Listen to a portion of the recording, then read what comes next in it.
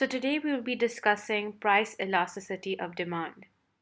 The definition of price elasticity of demand is that it measures the extent to which demand would change in response to a change in price. So previously we had already discussed that demand responds to a change in price, but this time we're trying to put a quantitative measure on just how much your quantity demand will change if there's a change in price. Some products are more reactive to a change in price, whereas some products react less strongly to a change in price.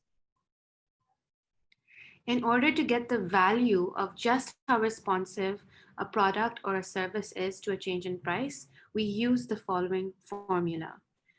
Percentage change in quantity demanded divided by percentage change in price. And this will give you a value. So let's call percentage change in quantity demanded. Let's say that this value would be value A. And let's say percentage change in price would be value B. So how do we calculate percentage change in quantity demanded? And how do we calculate percentage change in price? And therefore get the final value? In order to use that formula, you'll have to be able to calculate percentage change. Percentage change is its own formula and is as follows. Percentage change is equal to change in X upon original value of X times 100. Another way to view the same formula would be new value minus old value upon old value times 100. So now that we know how to calculate percentage change, yet let's use that formula to calculate the value of PED. So let's first calculate percentage change in quantity demanded, which we have called value A. So to calculate percentage change in quantity demanded, we'll use change in demand upon original demand times 100, and this will give you value A. Step B will be to calculate percentage change in price, which if we use the percentage change formula, will be change in price upon original price times 100, and this will give you value B. The final step would be to divide change in quantity demanded by change in price, or in other words, divide A by B. So therefore, PED is given by a percentage change in quantity demanded divided by a percentage change in price, or A divided by B. So now that we know the PED formula, let's look at an example and put that formula into action. So let's say we sell shoes, and the original price of the shoes are $30, and we managed to sell 100 pairs. What would our total revenue be?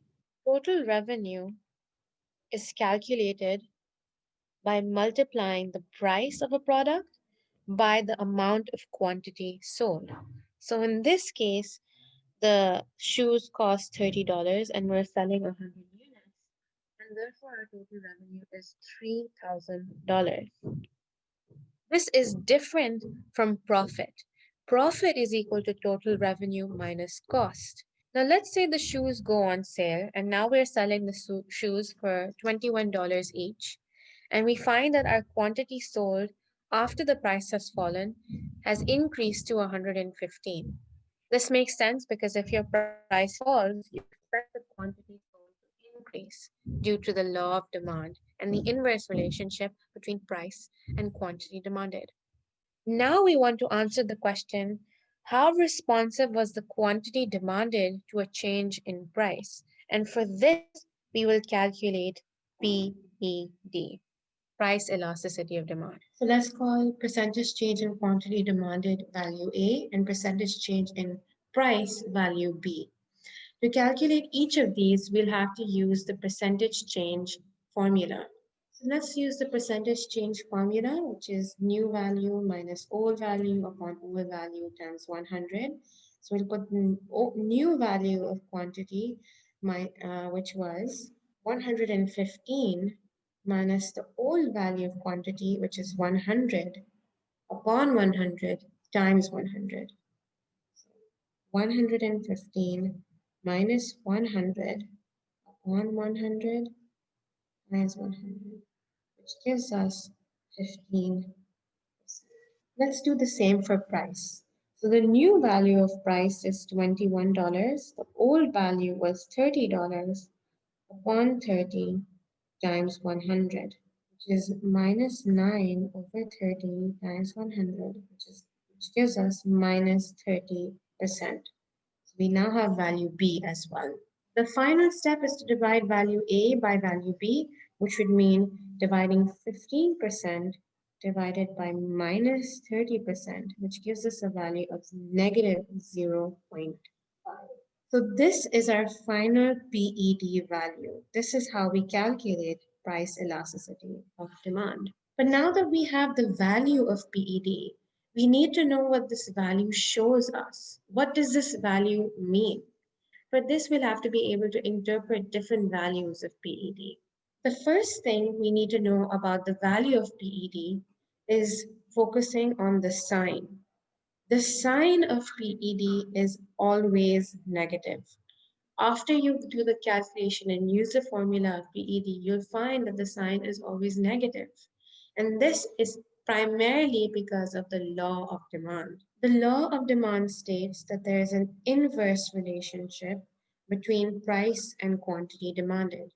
This means that if price were to rise, there would be a fall in quantity demanded. And vice versa, if price were to fall, then there'd be a rise in quantity demanded. What would that mean if you look at the PED formula? It means that if price were to be a positive number, so that there'd be a positive change in price, so that price is rising, your quantity demanded, your percentage change in quantity demanded would be a negative number, giving you a negative number as a result. On the other hand, if your percentage change in price were to be a negative number, in other words, if your price were falling, your quantity demanded would rise and be a positive number. And again, positive number divided by a negative number would give you a negative result. So because of the law of demand, after you calculate the PED, you'll find that the value is always negative. And for this reason, oftentimes the negative sign isn't even included in the final answer. So if in your MCQ or one of your questions you see that they have written 2 instead of negative 2, understand that both values would mean or represent the same thing. It's just that the negative sign hasn't been included. So now that we've established the sign will always be negative, the next thing to note is the size of the value.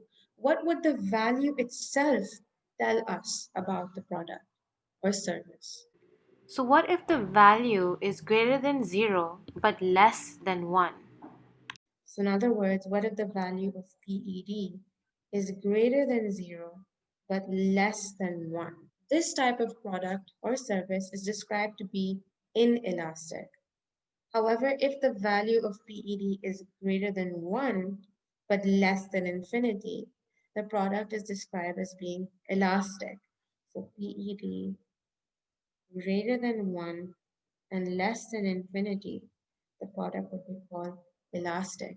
And let's talk about what each of these mean. So let's look at an inelastic product or service first, where your PED is greater than 0 but less than 1. So this would include values such as 0.5, 0.6, 0.56, which are values that are greater than 0 but less than 1. So meaning after you use the PED formula, you've gotten a value that fits between this range. Let's for a second think about how we would get a number that is between 0 and 1 looking at the PED formula. How would you get a value that is between this range? That must mean that the numerator was smaller than the denominator. That is the only way that you will get a number between 0 and 1.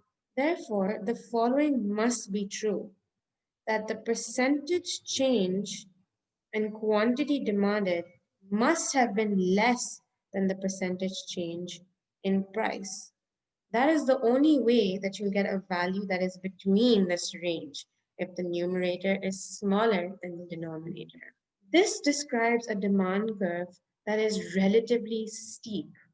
Because when your demand curve is steep, you will find that your percentage change in price will be greater than your percentage change in quantity demanded. And let's look at it on this demand curve as an example. So, for instance, when our price was $10, our quantity demanded was 88 units. So, let's say that this value is A. And at A, when our price is $10, our quantity demanded is 88 units. When our price increases to $14, our quantity demanded falls to 80. So let's call this value B. At B, at price 14, our new quantity demanded is 80. So our price increased to 14, causing our demand to fall to 80. So let's use the percentage change formula once more to calculate PED. And so our new quantity demanded is 80. Our old quantity demanded was 88 upon 88 times 100, which gives us negative 9%, rounded up to the nearest number.